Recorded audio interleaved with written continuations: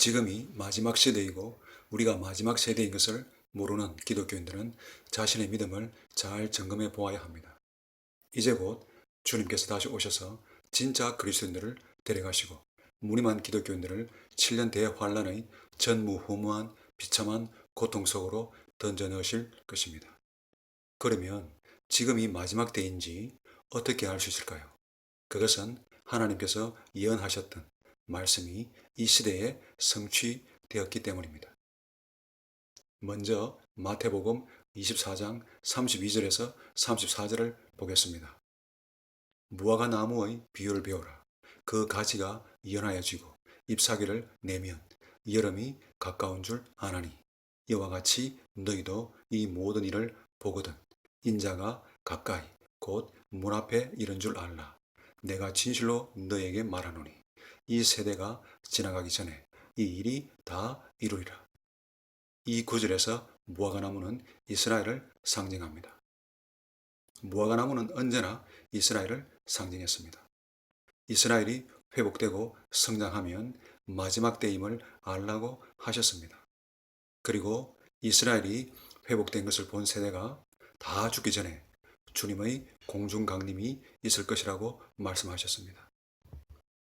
2000년 동안 나라 없이 떠돌던 이스라엘 사람들이 1948년 5월 14일에 이스라엘을 다시 찾게 되었습니다.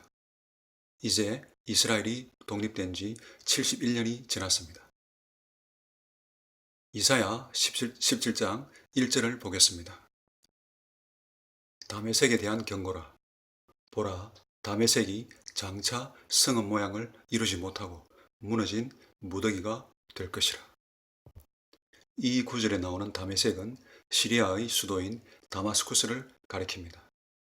역사적으로 다메섹은 한 번도 파괴된 적이 없었습니다.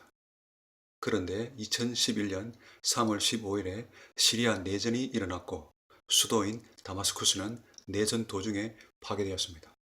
말씀이 성취된 것입니다. 이제 데살로니가 후서 2장 3절에서 4절을 봅시다. 누가 아무렇게 하여도 너희가 미혹되지 말라. 먼저 배도하는 일이 있고 저 불법의 사람 곧 멸망의 아들이 나타나기 전에는 이르지 아니하리니 저는 대적하는 자라. 범사에 일컫는 하나님이나 숭배함을 받는 자 위에 뛰어나 좌존하여 하나님 성전에 앉아 자기를 보여 하나님이라 하느니라. 이 구절을 보면 멸망의 아들 즉 적그리스도인 교황이 성전에 앉아 자신을 하나님이라고 할 거라는 것이 예언되어 있습니다. 지금은 이스라엘에 성전이 없습니다.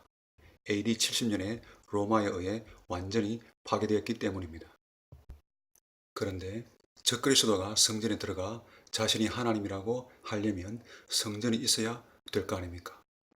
그런데 놀랍게도 이스라엘은 1986년에 성전 연구소를 만들어 지금까지 30년 이상을 성전 건축을 위해 노력해왔습니다.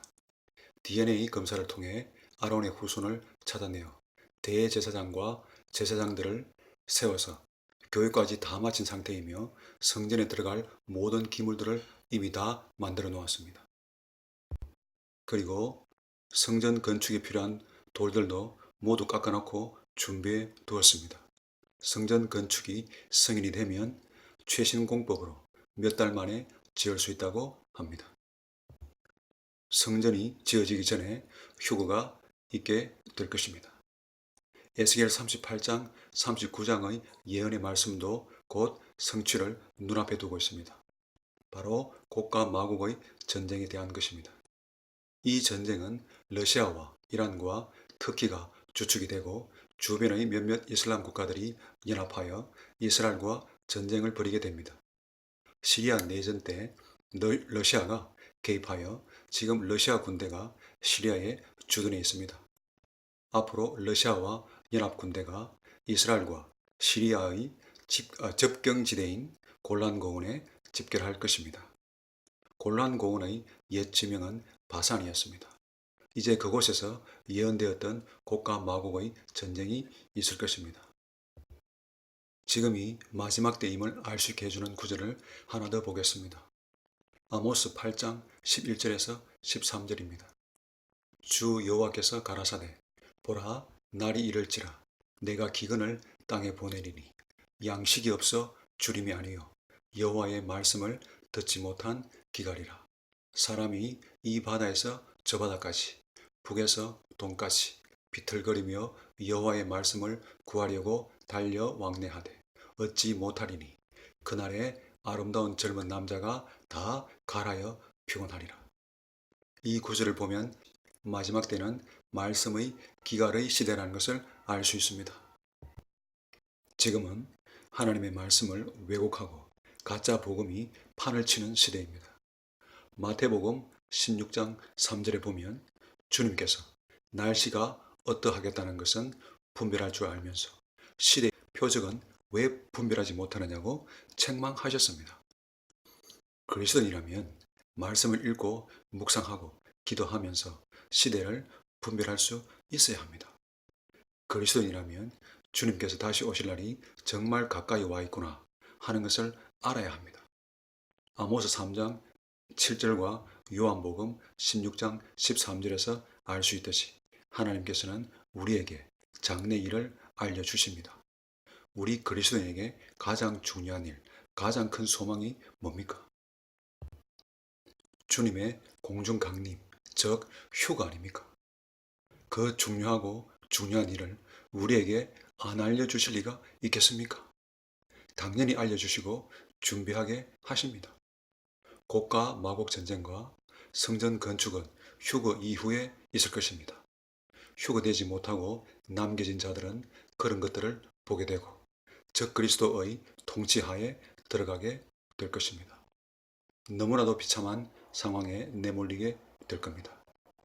남겨진 자가 되지 않도록 아직 시간이 있을 때 자신을 돌아보고 회개하기 바랍니다.